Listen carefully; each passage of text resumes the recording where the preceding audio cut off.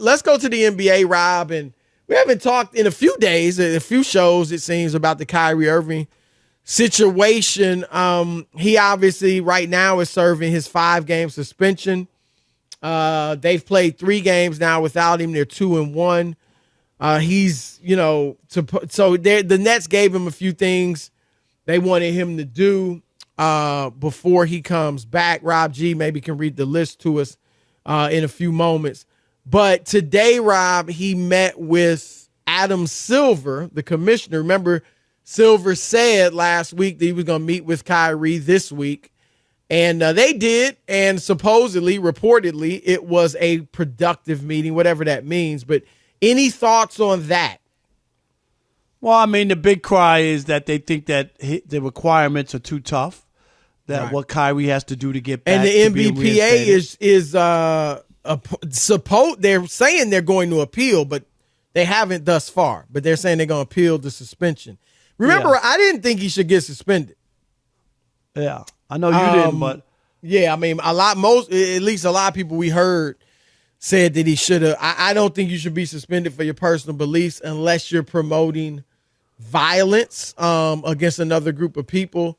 He wasn't doing that. Now, I talked to a friend of mine who's a European Jew, and he said he felt Kyrie was promoting violence. But that's his opinion. I don't think he was directly promoting any type of violence. I could say the same thing about somebody. I mean, if you play violent rap music, does that mean you're promoting violence against black people? I mean, I could take it that way. So that's my view, but obviously he was suspended for 5 games. Yeah, I thought, because it's not about the NBA being on high moral ground. I think that it's alienating your fan base and your sponsors. That it's always financial. That may be what they're doing it Chris, for, right? Chris, it's right. Financial. You know that. Donald Sterling, financial. What? Don't bring no black people to the game? Seriously. He didn't violate any law. What did he? He didn't even use the N-word. That may not have been financial, though. Because I don't know that. I mean, he was known to be a racist. But Chris, for 25 years, he was an owner, and they all knew, and he had lawsuits against him that he wouldn't rent his L.A. apartments to black. You mean, yeah, okay. Yeah, but I mean, they you all mean knew. The way the Clippers were run was very cheaply. Yeah. No, I think that's what you mean. No, I don't think fans. I don't know. I mean, would fans stop going to games? Maybe. No, But I mean financially, because players are talking about not playing the playoffs. Well, costing them money. Yeah. But they were saying, right. They said they might not. Right. Right. And I'm saying the financial hit on that made them do that because they didn't want to work stoppage. I also think, remember that was Adam Silver's first kind of big decision, Rob. I do think he was disgusted by Sterling, knowing that you have a league that's 75% African American. But I agree with you that obviously finances play a huge part in I just think it's always about financing and always about the shield, whatever you want to call it, right. The logo, Chris, and damage that a player can do for the rest of everybody. And they're always conscious of that. You know, we see it in the NFL. We talk about Trevor Bauer, Chris, who was the highest paid player in baseball, who's suspended for 2 years. When Daryl Morey called out China, which hurt the NBA significantly financially, they didn't do anything. Yeah, but I don't think what he said was in any way China didn't like it. It ruined their relationship with China. But it would have been impossible because he just said of all things standing with Hong Kong. And Chris, it just wasn't a controversial comment. It was controversial. They didn't like it. I'm talking about what he actually said. No, but he was saying the people they're oppressing, he wanted them to get free. Yeah, but his if I remember the statement was something like but everybody knew what he meant. Yeah, right. But he stands with Hong Kong or whatever it was. Yeah, I mean, but the thing is this: a lot of the things they want Kyrie to do, some of them are, like you said, to your point, is PR. Not that he's not going to do it, but they want him to meet with rabbis and take Semitic, some classes, I guess, and sensitivity training.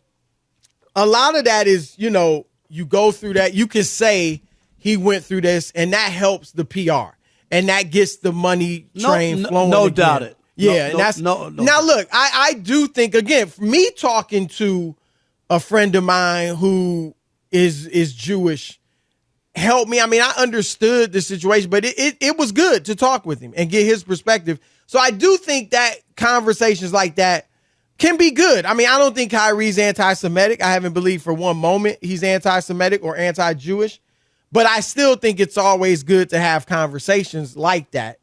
And you just get a different perspective. Yeah, and you should meet with the people who are offended. Right. I do believe that, Chris. Right.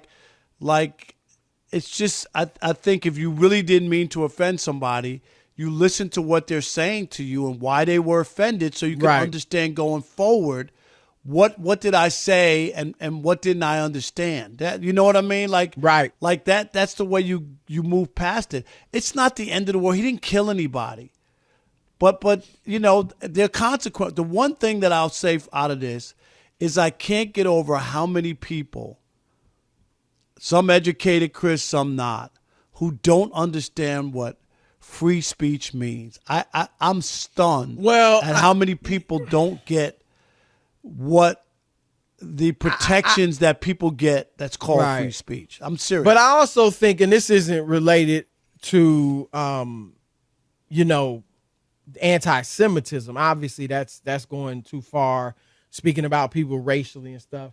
But I think there's also a feeling, it's kind of the cancel culture, Rob. I think people want to push back on cancel culture in any context, not just this, but I think that like you say something or you did something 10 years ago, or you said something 10 years ago, 15, 20 years ago, and some people want to cancel you as if everyone is perfect. It's amazing because people are so quick to want to cancel as if they've never made mistakes. But this is the only thing. So I think some of it's cancel culture, you know what I mean? I get what you're saying, the legal definition of freedom of speech, but it's also and again, we all agree that anti-Semitic or racially charged speech is wrong and all that.